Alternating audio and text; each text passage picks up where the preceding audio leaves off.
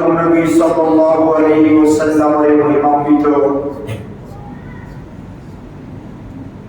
বরকতপূর্ণ ফজিলতপূর্ণ রবিউল আউয়াল শরীফের দ্বিতীয় জুমা নামাজ জুমার মহান লক্ষ্যে আল্লাহর মসজিদে আসার বসার সবাই একত্রিত হয়ে সালাম ইয়ারস করার সুযোগ আর তৌফিক যে আল্লাহ আমাদেরকে দান করেছেন তার দরবারে করছি আলহামদুলিল্লাহ।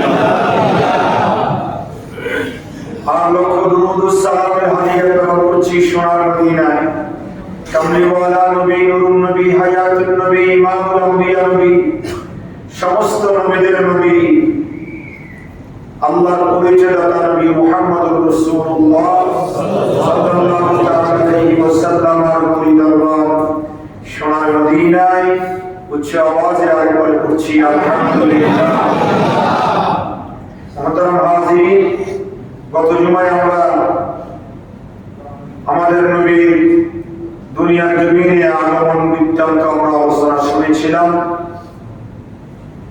106টি মাকাম অতিক্রম করে আল্লাহর নবী আব্দুল্লাহর কুফা থেকে আমাদের দরে এসেছেন সুবহানাল্লাহ। সেখান থেকে আমার নবী আল্লাহ রাব্বুল আলামিন হাকামুল হাকিমের হুকুমে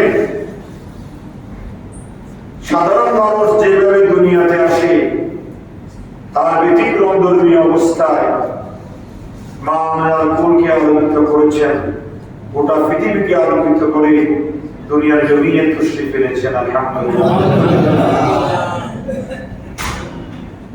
আজকে যে আয়াতে কারিমা শরীফ তেলাওয়াত করেছি কোরআনুল কারীমের সূরা ইউনূস শরীফের 58 নম্বর আয়াতে কারিমা। এই আয়াতে কারিমায় আল্লাহ সুবহানাহু ওয়া তাআলা আল্লাহর নবীর আগমনে খুশি হয়ে ঈদ মিলাদুন নবী সাল্লাল্লাহু আলাইহি ওয়াসাল্লাম উদযাপনের ফজিলত এবং গুরুত্ব কি সেই ব্যাপারে এই আয়াতে কারিমার মধ্যে আল্লাহ সুবহানাহু ওয়া তাআলা দিক নির্দেশনা দিয়েছেন।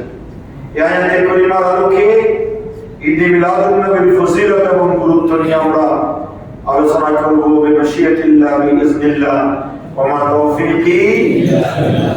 আল্লাহ সুবহানাহু ওয়া তাআলা বান্দাকে যতগুলো নিয়ামত দান করেছেন সমস্ত নিয়ামতের শ্রেষ্ঠ নিয়ামত হচ্ছে হুজুর মুহাম্মদুর রাসূলুল্লাহ সাল্লাল্লাহু আলাইহি ওয়াসাল্লামের দুনিয়ার জমিনে তশরিফ আওয়ারি।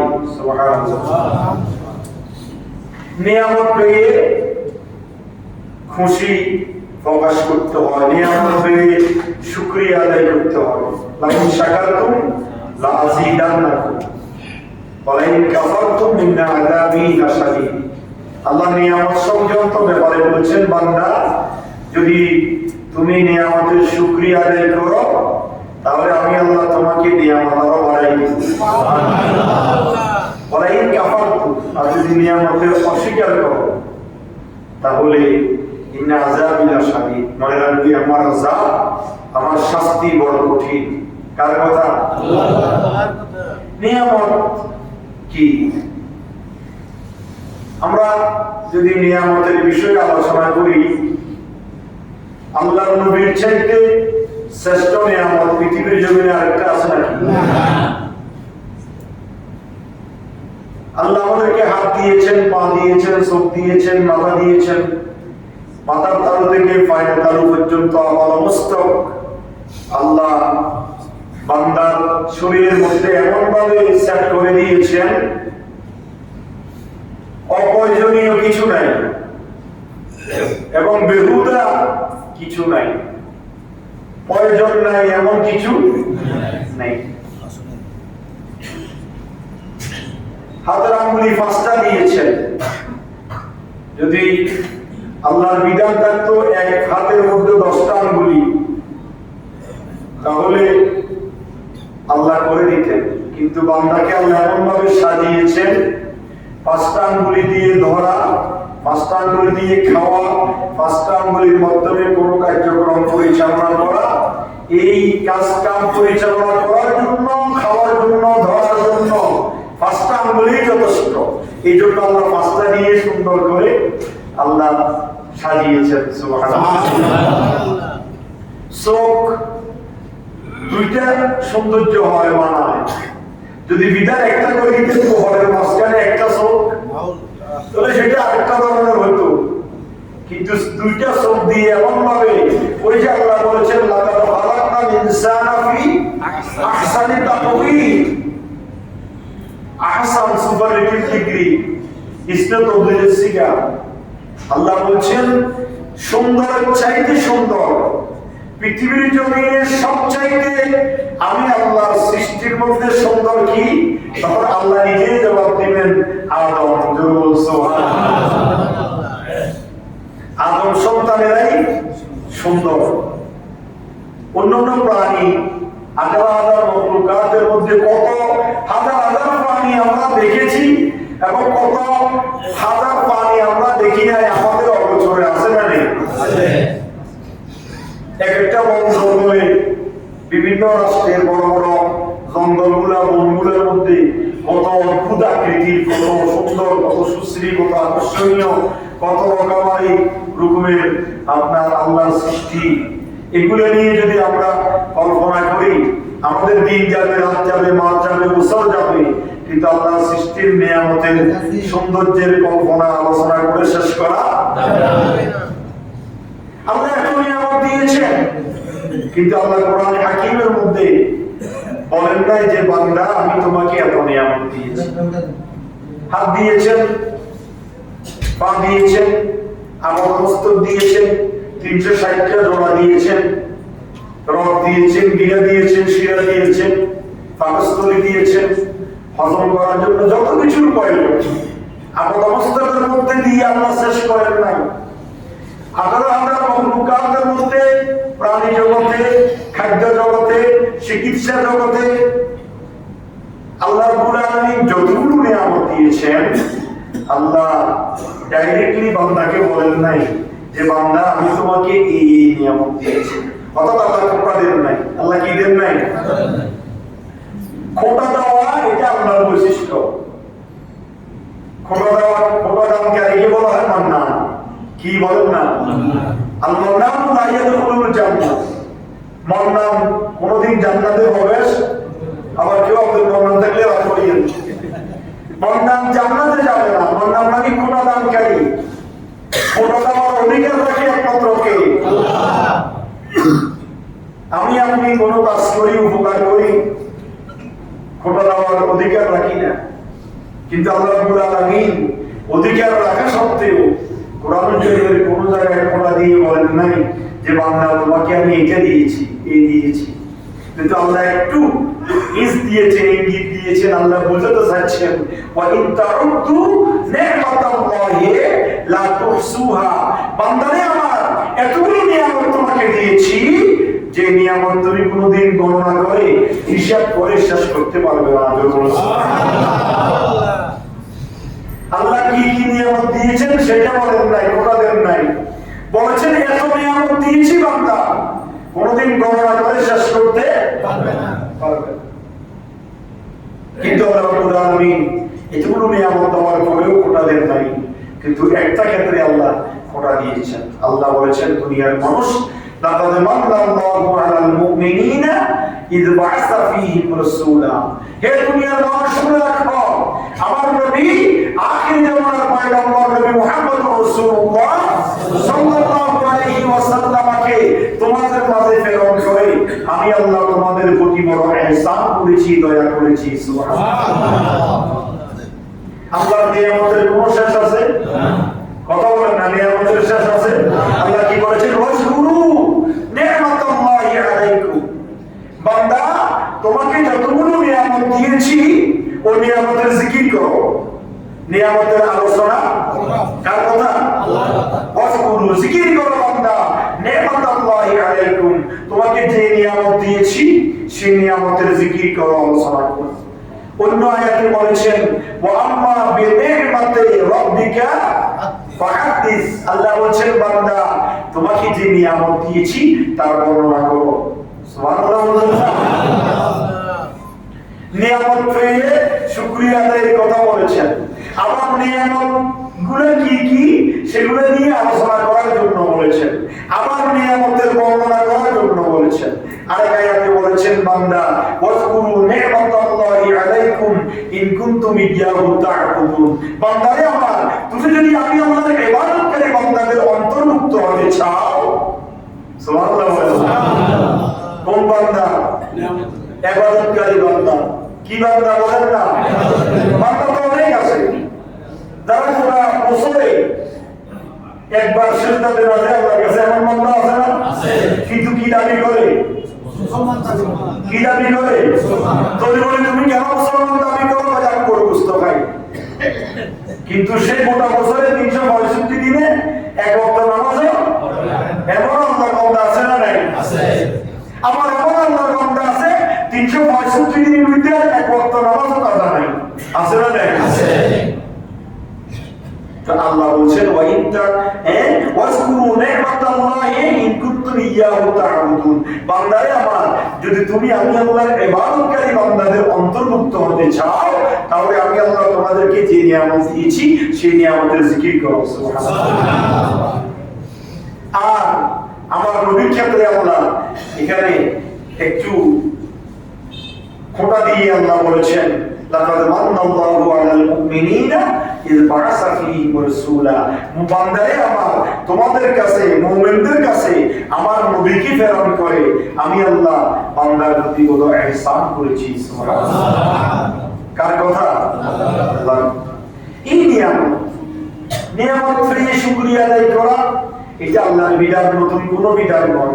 হযরতে আপনার ঈসা রূহুল্লাহ, হযরত ঈসা আলাইহিস সালাতু ওয়াস সালামের উপর আল্লাহ মায়েদা নাযিল করেছেন, আসমানি খাবার নাযিল করেছেন।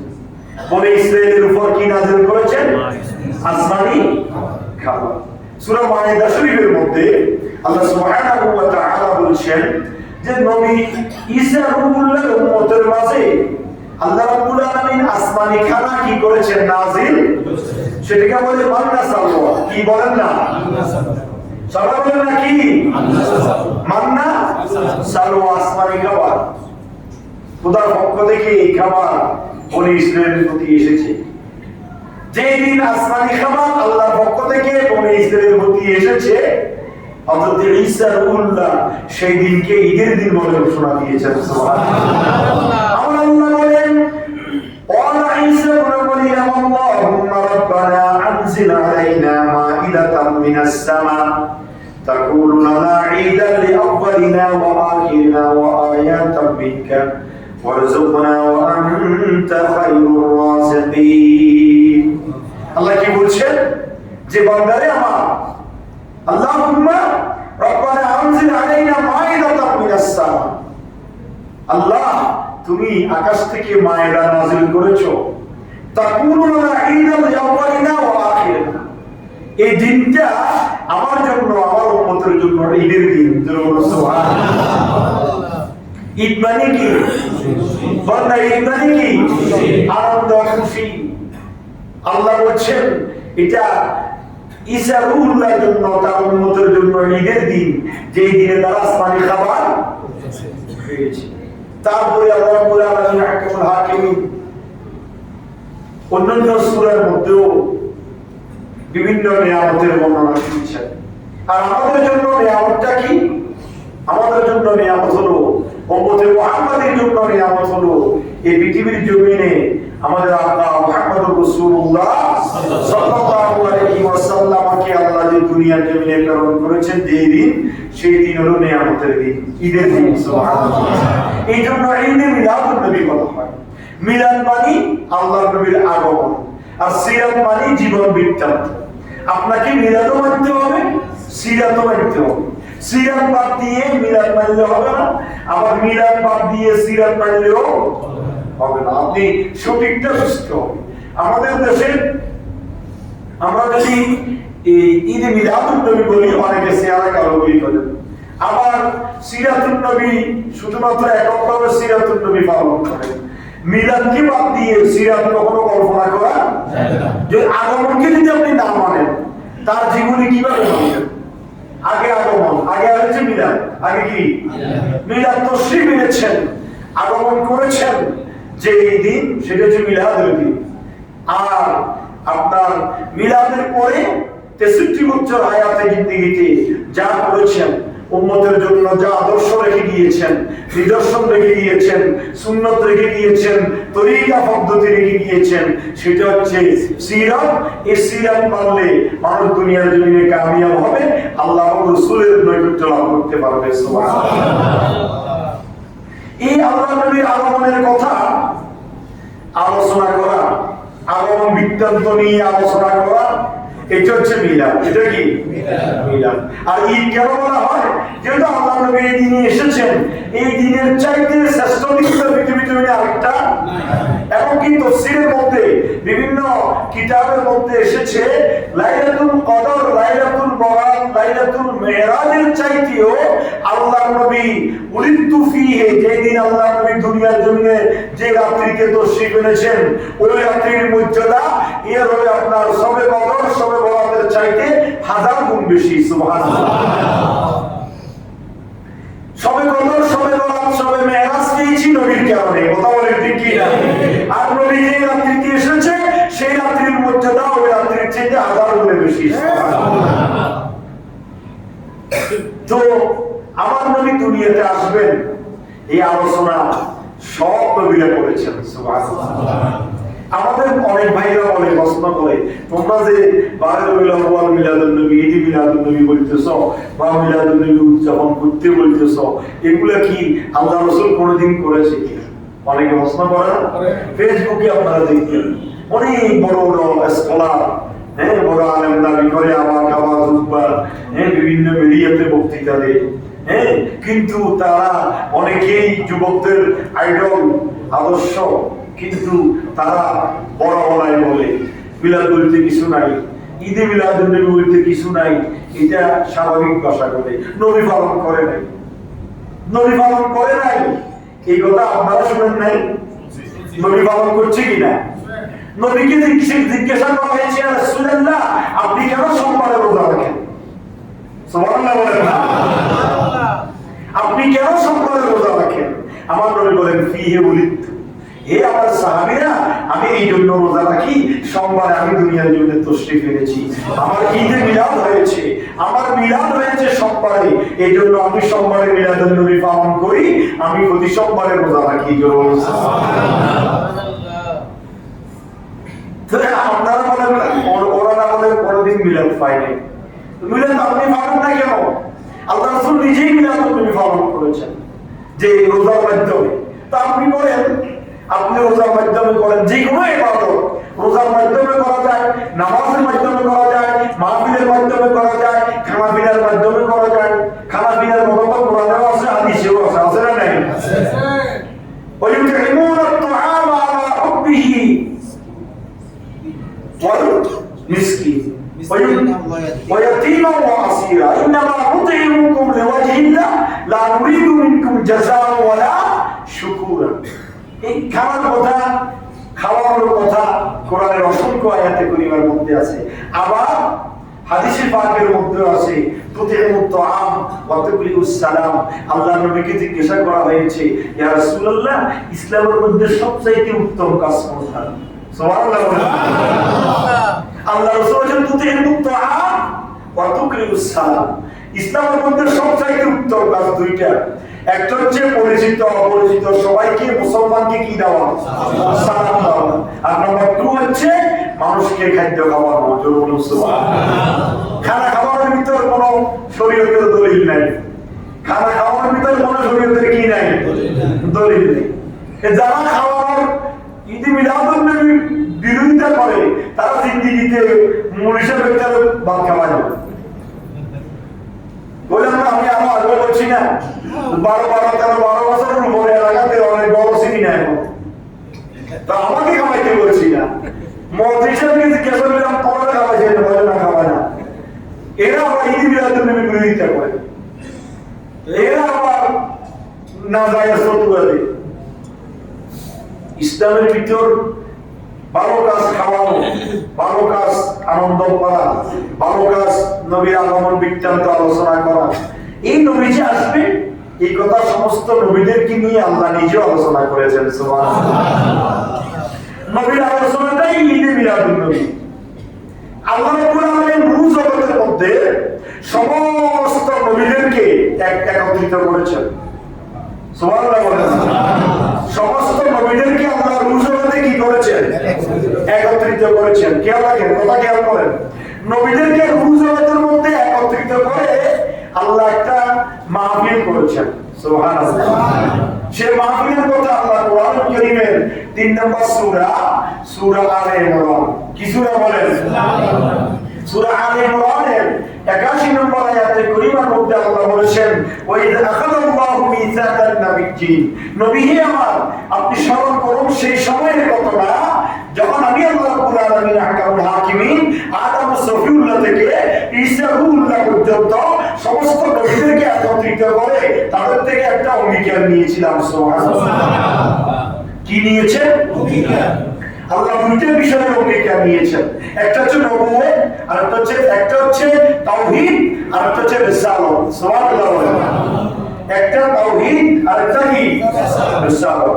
লা ইলাহা ইল্লাল্লাহ মুহাম্মাদুর রাসূলুল্লাহ। আজীবন লা ইলাহা ইল্লাল্লাহ বললে কেউ ইমানদার হবে না যতক্ষণ পর্যন্ত মুহাম্মাদুর রাসূলুল্লাহ সাল্লাল্লাহু আলাইহি ওয়াসাল্লাম না বলবে। আল্লাহ রাব্বুল আলামিন আহকামুল হাকিমিন রূহ জগতের মধ্যে সমস্ত নবীদের থেকে দুইটা অঙ্গীকার নিয়েছেন। একটা হচ্ছে তাওহীদ, আল্লাহর একত্ববাদের, আর একটা হচ্ছে নবী মুহাম্মদ রাসূলুল্লাহ সাল্লাল্লাহু আলাইহি ওয়াসাল্লামের রিসালাতের। সুবহানাল্লাহ। এক নম্বর ছিল কি? আলাস্তু বিরাব্বিকুম। সমস্ত রূহ জগতের ভিতর সবাইকে আল্লাহ প্রশ্ন করেছেন, আলাস্তু বিরাব্বিকুম, আমি কি তোমাদের প্রভু নই? সুবহানাল্লাহ। কে জিজ্ঞাসা করেছে? আল্লাহ। নবীরা আরবি বুঝেন না? বুঝে? কথা বলেন না। আপনারা হয়তো বুঝেন না আলাস্তু বিরাব্বিকুম শব্দের অর্থ কি। নবীরা বুঝে নাই? আলাস্তু বিরাব্বিকুম, আল্লাহ প্রশ্ন করেছেন নবীদেরকে, আমি কি তোমাদের প্রভু নই? ক্বালু, সব নবীরা একটাই আল্লাহর দরবারে উত্তর দিয়েছেন, ক্বালু বালা, আল্লাহ আপনি আমাদের প্রভু। জোরে বলুন সুবহানাল্লাহ। আর রিসালাতের সম্পর্কে আল্লাহ রাব্বুল আলামিন নবীদের থেকে অঙ্গীকার নিয়েছেন। কি অঙ্গীকার নিয়েছেন?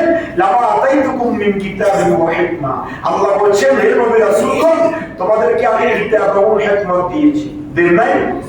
কাউকে তাওরাত, কাউকে জাবুর, কাউকে ইনজিল, কাউকে 50টা শরীফা, কাউকে 40টা শরীফা, কাউকে 30টা শরীফা, কাউকে 10টা শরীফা, কাউকে শরীফা দেন নাই, কিতাব দেন নাই। অন্য নবীর কিতাব অনুসরণ করে উম্মতকে দ্বীনের দাওয়াত দিয়েছেন। দেন নাই? আল্লাহ বলেছেন লামা আতাইতুকুম মিন কিতাবিন ওয়া হিকমা, আমি তোমাদেরকে কিতাব দিলাম, জ্ঞান বিজ্ঞান দান করলাম।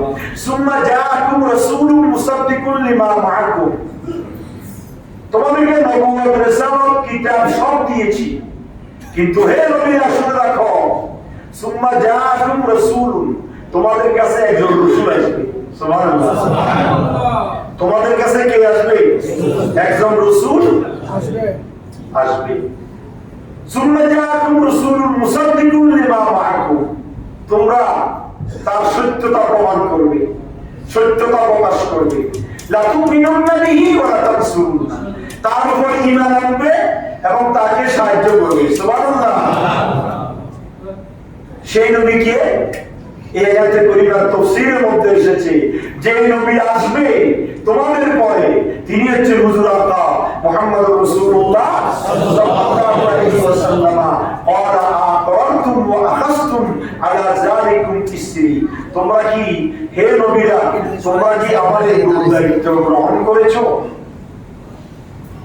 নবীদেরকে জিজ্ঞাসা করেছেন, তোমাদেরকে কিতাব দিলাম, হিকমত দিলাম, তোমাদের পরে একজন নবী আসবে, তোমরা সেই নবীর উপর ঈমান আনবে, সেই নবীর অনুসরণ করবে। ক্বালা আ'তারতুম, তোমরা কি আমার এই অঙ্গীকার গ্রহণ করেছো? ক্বালু, সমস্ত নবী রাসূলগণ এক বাক্যে বললেন, আকরারনা, আল্লাহ আপনি আমাদেরকে যে অঙ্গীকারবদ্ধ করাইয়েছেন, অঙ্গীকার নিয়েছেন, আমরা অঙ্গীকারবদ্ধ হলাম, আমরা আমাদের কিতাব এবং নবুয়ত, রিসালাতের দায়িত্ব পালন করব। আমাদের পরে যে নবী আসবে আমরা তার উপর ঈমান আনবো এবং তাকে সাহায্য করব। সুবহানাল্লাহ। আমাদের নবীর আলোচনা সমস্ত নবীদের সাথে হয়েছে। আলোচনা করেছেন কে? আল্লাহ। বিষয় হচ্ছে মুহাম্মদুর রাসূলুল্লাহর আগমন, আর শ্রোতা ছিলেন সমস্ত নবী রাসূলগণ। তারপরে ক্বালা ফাশহাদু ওয়া আনা মাআকুম মিনাশ শাহিদিন, আল্লাহ বলেন তোমরা সাক্ষী থাকো, আমিও তোমাদের এই অঙ্গীকারবদ্ধের ভিতরে সাক্ষী হয়ে গেলাম। এই মাধ্যমে এক নম্বর হচ্ছে তাওহীদের ঘোষণা দিয়েছেন সমস্ত নবীরা, আলাস্তু বিরাব্বিকুম ক্বালু বালা বলে আমরা আপনাকে প্রভু হিসাবে মানলাম। আর দ্বিতীয় অঙ্গীকার করেছেন যে আল্লাহ আমরা মেনে নিলাম আমাদের পরে একজন নবী দুনিয়াতে আসবে, তিনি যখন দুনিয়াতে আসবেন আমাদের নবুয়ত রিসালাত ক্যান্সেল হয়ে যাবে, আমরা সেই নবীর আনুগত্য করব, সেই নবীর উপর ঈমান আনবো, সেই নবীকে সাহায্য করব। সেই নবীর নাম কি? সেই নবী হচ্ছেন আখির জামানার পয়গম্বর নবী মুহাম্মদুর রাসূলুল্লাহ সাল্লাল্লাহু আলাইহি ওয়াসাল্লাম। ঈসা আলাইহিস সালাম আমাদের নবীর পূর্ববর্তী নবী, কথা বলেন ঠিক কি না? আমাদের নবীর পূর্ববর্তী নবী ঈসা রূহুল্লাহ। ঈসা রূহুল্লাহ দুনিয়ার জমিনে এসেছেন 28 পারা সূরা সফের মধ্যে আল্লাহ রাব্বুল আলামিন বলেছেন, ওয়া ইযা ক্বালা ঈসা ইবনে মারইয়াম ইয়া বানি ইসরাঈলা ইন্নী রাসূলুল্লাহি ইলাইকুম মুসাদ্দিকান লিমা বাইনা ইয়াদাইয়া মিনাত তাওরাত ওয়া মুবাশশিরান বিরাসূলিন ইয়াতি মিন বাদি ইসমিহি আহমদ। সুবহানাল্লাহ। ঈসা রূহুল্লাহ তার উম্মতকে বলেছেন যে হে আমার উম্মতেরা আমি দুই কারণে এসেছি। সুবহানাল্লাহ। কে বলতেছে? ঈসা আলাইহিস সালাম। কাকে? তার উম্মতদেরকে, যে আমি দুই কারণে এসেছি। কয় কারণ? এক নম্বর হচ্ছে যে মুসাদ্দিকান লিমা বাইনা ইয়াদাইয়া মিনাত তাওরাত, আমি তাওরাতের সত্যতা প্রমাণ করার জন্য এসেছি। আর ওয়া মুবাশশিরান বিরাসূলিন ইয়াতি মিন বাদি ইসমিহি আহমদ, আমার পরে একজন নবী আসবেন যিনি হবেন আহমদ, আসমানে যিনি আহমদ জমিনে মুহাম্মদ, সেই নবীর আগমনের শুভ সংবাদ দেওয়ার জন্য আমি ঈসা রূহুল্লাহ তোমাদের কাছে নবী হিসেবে এসেছি। এইভাবে নবীর আলোচনা, নবীর আগমন বৃত্তান্ত, এই বিষয়গুলো নিয়ে সমস্ত নবীরা তাদের উম্মতের মাঝে বলেছেন। শুধু তাই নয়, আমাদের নবী রোজার মাধ্যমে ঈদে মিলাদুন নবী উদযাপন করেছেন। আর হযরত ইসলামের চতুর্থ ইসলামের প্রথম নম্বর খলিফা, দ্বিতীয় নম্বর খলিফা, তৃতীয় এবং চতুর্থ নম্বর খলিফা, যারা আল্লাহর নবীকে স্বচক্ষে দেখেছেন, আল্লাহর নবীর চলন বলন, উঠা বসা, লেনদেন, আদান প্রদান, ব্যবসা বাণিজ্য, রাষ্ট্র পরিচালনা, নামাজ পড়ানো, খুতবা দেওয়া, আলোচনা করা, রাসূল পাকের জীবনের সাথে যারা অতপ্রতভাবে জড়িত, জীবনের সার্বক্ষণিক যিনারা আল্লাহ রাসূলের সাথে ছিলেন, তিনারা হচ্ছেন আবু বকর, ওমর, উসমান এবং আলী। এই খোলাফায়ে রাশিদিন যাদেরকে অনুসরণ করার জন্য আল্লাহ রাসূল নিজে বলেছেন। সুবহানাল্লাহ। আল্লাহ রাসূল বলেছেন আলাইকুম বিসুন্নতি, হে আমার উম্মতেরা তোমরা আমি নবীর সুন্নাত মানো। সুবহানাল্লাহ। আজকে তো আমরা রাসূলের সুন্নাতের দ্বারে বসে নাই, কোন কাজে আমাদের রাসূলের সুন্নাতের অনুসরণ নাই। এমন নামে সুন্নি, নামে কি সুন্নি, সুন্নাতের অনুসরণ নেই, দিলা নাই, মেসওয়াক নাই, রাস্তার ডান পাশে হাঁটা নাই, তারপরে কি দাড়ি নাই, তারপরে কি সুন্নতের যতগুলো সুন্নত আছে সুন্নতের অনুসরণ নাই। শোয়ার ভিতরে সুন্নত আছে না নাই? কথা বলেন না। কালকে একজন দেখলাম মসজিদের ভিতরে আপনি শুরু হয়েছে, আর তাছাড়া আপনি শিখতেই শুরু হয়েছে। এখন এটা কি শোয়া হলো? এটা তো মসজিদ। আপনি মসজিদেও সুন্নতের ব্যতিক্রম শোয়ার কোনো সুযোগ না। মসজিদে তো শোয়ার জায়গা না, মসজিদে শোয়া নিষেধ। ফাইজা কুদিয়াতিস সালাত ফান্তাশিরু ফিল আরদ ওয়াবতাগু মিন ফাদলিল্লাহ। বহুত হুজুর আছে, বহুত আছে দরবেশি করে, মসজিদে বড় তাসবিহ করে। ঠিক, মসজিদ তাসবিহ করার জায়গা না, মসজিদ ফরজ আদায়ের জায়গা। কি আদায়ের জায়গা বলেন না? শোয়া তো জায়েজ নাই। মসজিদে শোয়া, মসজিদে খাওয়া একমাত্র রমজানের শেষ 10 দিন ইতিকাফ ছাড়া, মুতাকিফ যারা ইতিকাফ করে তারা ছাড়া আর বাইরের কাউকে মসজিদের বছরের কোনো সময়ে অবস্থান করা, বসা, খাওয়া নিষেধ। একমাত্র আপনি জুমার নামাজে এই মাহফিলে এই দিনী আলোচনায় বসতে পারবেন। তাও যদি আপনি খান, আপনাকে ইতিকাফের নিয়ম করতে হবে, নাওয়াইতু সুন্নাতাল ইতিকাফ। আল্লাহ, আমি নিয়ত করলাম ইতিকাফের। কোন ইতিকাফ? সুন্নাত ইতিকাফ। ইতিকাফের নিয়ত করি, তারপর আপনি কিছু খাইতে পারবেন। এর আগে মসজিদে বসে খাওয়া না যায়, খাওয়াও কি এখন এইভাবে শুয়ে আছে। তো শোয়ার মধ্যে রসুলের বিধান নাই, কথা বলেন না? নাই। আল্লাহ রসুলের জীবনী দেখেন, আপনি সিরত দেখেন, সুরত দেখেন। আল্লাহ রসুল ওসুলের ব্যবহার করতেন না, আল্লাহ রসুল নিশু বালিশ ব্যবহার করতেন। রসুল যখন একটা আধুনিক কোনো বালিশ টালিশও ছিল না, বড় রকমের জিন্দিগি করছে বিশ্ব নবী, হায়াতুন নবী, ইমামুল আম্বিয়া নবী, এত বড় নবী। খাজুর গাছের ঠাল দিয়ে বিছিয়ে ঘুমাই থাকতেন, ফিটের ভিতরে খাজুর গাছের ডালের দাগ লাগিয়ে থাকতো, বালু ময়লা আবর্জনা লেগে থাকতো। এত বড় নবী। আধুনিকতা তো কিছু ছিল না, কিন্তু আল্লাহ রসুলের হাদিস মোতাবেক দেখা যায় আল্লাহ রসুল নিচু বালিশ পছন্দ করতেন। এই জন্য নিচের জায়গা পছন্দ করতেন। এত উঁচু বালিশ, দুইটা বালিশ দিয়ে অনেকের ঘুমানোর উঠবে আছে না, এটা সুন্নতের বড় খেলা। বালিশ একটা অন্যরকমের নিচু, তারপর রসুল জায়গা ধরে শুতেন। শোয়ার সময় তো আছে না নাই? আছে। কাপড় সোয়াব গুছাই তারপরে শুইতেন, মেসওয়াক করে শুইতেন, ঘুম থেকে উঠে আবার মেসওয়াক করতেন।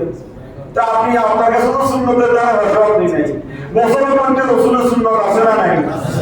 স্ত্রীর সহবাসের ভিতরে রসুলের সুন্নত আছে না নাই? আপনি কি জানেন? আপনি কোন সুন্নত পালন করেন? তা আপনার ছেলে সন্ত্রাসী মাস্টার না ওই কাছে রইল।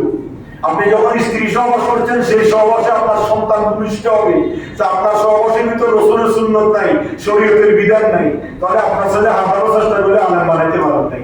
সন্ত্রাস হয়েছে, মাস্টার হয়েছে, গুন্ড হয়েছে, বামটা হয়েছে, মদ ইয়াবা ইনসুলিন এটা সেটা খাইয়ে জীবন যাপন করতেছে। কেন? আপনার মূলে দোষ। কুল্লু শাইইন ইয়ারজিউ ইলা আসলিহি। আপনার মূলটা কি ছিল এটা আগে আপনি দেখতে হবে। সেখানে তো আপনার রসুলের সুন্নতের তরিকা ছিল না, রসুল সেটার বিধান দেয় নাই, কথা বলে না দেয় নাই।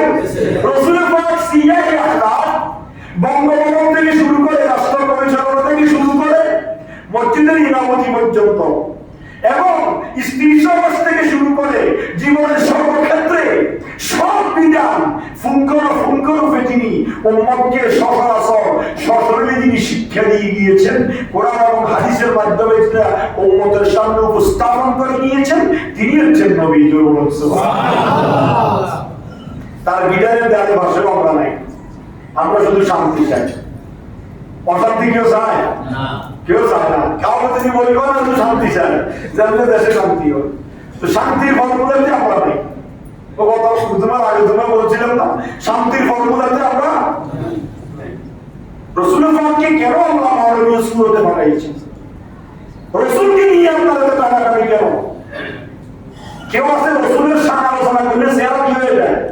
কালো হয়ে যায়। রসুলের মর্যাদা নিয়ে আলোচনা করলে সেরা কালো হয়ে যায়। ঈদের মিলাদুন নবীর নাম নিয়ে সেরা কালো হয়ে যায়। রসুলকে নিয়ে তো আপনারা একটা হেরে, সে রসুলের জীবন অনুসরণ করেন না, সে রসুলকে মানার মতো মানেন, সে রসুলকে অনুসরণ করেন, অনুকরণ করেন। আলাইকুম বিসুন্নতি, আমার সুন্নাত তোমরা মানো। কে বলেছেন? আল্লাহ রাসূল। কে বলেছেন? আজকে সুন্নতের দ্বারা ভাষা নাই। ওয়াসুন্নাতুল খুলাফায়ে রাশিদিন আল মাহদিয়্যিন, আল্লাহ রাসূল বলেছেন আমার হেদায়েত প্রাপ্ত যে চারজন খলিফা আবু বকর, ওমর, ওসমান, কয়জন? এই চারজনের অনুসরণ করো। এই চারজন যা করেছে তোমরা তা করো। এই চারজন যেন নামাজ পড়েছে তোমরা নামাজ পড়ো। এই চারজন যেন রাষ্ট্র পরিচালনা করেছে তোমরা রাষ্ট্র পরিচালনা করো। কি কি কি বিধান আমাদের কাছে আছে? আমাদের রাষ্ট্রপ্রধানগুলা মোটামুটি মুসলিম কান্ট্রিতে রাষ্ট্রপ্রধানগুলা কি আবুবকরের মতো রাষ্ট্র পরিচালনা করতেছে? ওমর ফারুক, ওসমান, আলীর মতো রাষ্ট্র পরিচালনা করতেছে? দেশে শান্তি আসবে কেন? যদি ইসলামিক কান্ট্রি, আমরা তো ইসলামিক কান্ট্রি নয়, আমাদের নামে ইসলাম, আমাদের রাষ্ট্রীয় ধর্ম ইসলাম, কিন্তু আমরা তো ইসলাম আমাদের কোনো ক্ষেত্রে নাই। একবারে বঙ্গভবন থেকে শুরু করে সর্বক্ষেত্রে ইসলামের নামটা সবাইছি আমরা, কিন্তু ইসলামিক কার্যকলাপ কোনোটাই নেই, কোনো সেক্টরে নেই, কোনো সেক্টরে শরীয়তের বিধান নাই, শরীয়তের আইন নেই। এগুলো আমরা দেখতেছি, ভবিষ্যতে আরো খারাপ হবে। আমরা যত ভালো স্বপ্ন দেখতেছি তত কিছু না, দেশের অবস্থা খুব কঠিন। এগুলো আমরাই দেখতেছি। যখন ফাসাদু ফিল বাররি ওয়াল বাহরি বিমা কাসাবাত আইদিন নাস, আল্লাহ বলেন বান্দা কাউকে দোষারোপ করার কোনো সুযোগ তোমাদের নাই, এটা তোমাদের হাতের কামাই। তোমরা যা দেখতেছো আমি তোমাদের জন্য তা ব্যবস্থা করে দিয়েছি। সুতরাং আসুন নবীর আদর্শ মানতে হবে। আবু বকর সিদ্দিক ঈদ মিলাদুন নবী পালন করেছেন, বলেছেন মান ফাকা দিরহামান আলা কিরাতি মাওলুদিন নবী সাল্লাল্লাহু আলাইহি ওয়াসাল্লাম কালা রফিকি ফিল জান্নাহ। আমার যে নবীর উম্মত ঈদ মিলাদুন নবী পালন করবে, আমি আবু বকর সিদ্দিক তাকে জান্নাতের মধ্যে বন্ধু বানাবো। সুবহানাল্লাহ। ওমর ফারুক বলেছেন ফাকা তাহিয়াল ইসলাম, ঈদ মিলাদুন নবী করে নাই, বরং সে ইসলামকে জিন্দা করেছে। হযরত ওসমান কি বলেছে জানেন? ফাকান্নামা শহীদা গজওয়াত বদরিন ওয়া হুনাইন। ঈদ মিলাদুন নবী করা মানে কাফের মুশরিকদের বিরুদ্ধে সংগ্রাম করা। বদরের যুদ্ধ, উহুদের যুদ্ধ, খন্দকের যুদ্ধে শত শত সাহাবায়ে কেরাম রক্ত দিয়েছেন, অসংখ্য সাহাবায়ে কেরাম জীবন দিয়েছেন। তারা সেই জীবন দিয়ে যে মর্যাদা লাভ করেছে, সত্যিকার যদি ঈদে মিলাদুন নবীর মতো মিলাদুন নবী তোমরা কেউ উদযাপন করো, তাহলে তোমরা ওই সমস্ত শহীদদের মর্যাদা লাভ করবে। সুবহানাল্লাহ। আর হযরত আলী বলেছেন খোদার কসম, যে ব্যক্তি ঈদে মিলাদুন নবী পালন করবে, লা ইয়াখরুজু মিনাদ দুনিয়া ইল্লা বিল ঈমান, সে ঈমান ছাড়া দুনিয়ার জমিন থেকে যাবে না। অর্থাৎ ঈমানের সহিত দুনিয়ার জমিন থেকে মৃত্যুবরণ করবে। সুবহানাল্লাহ।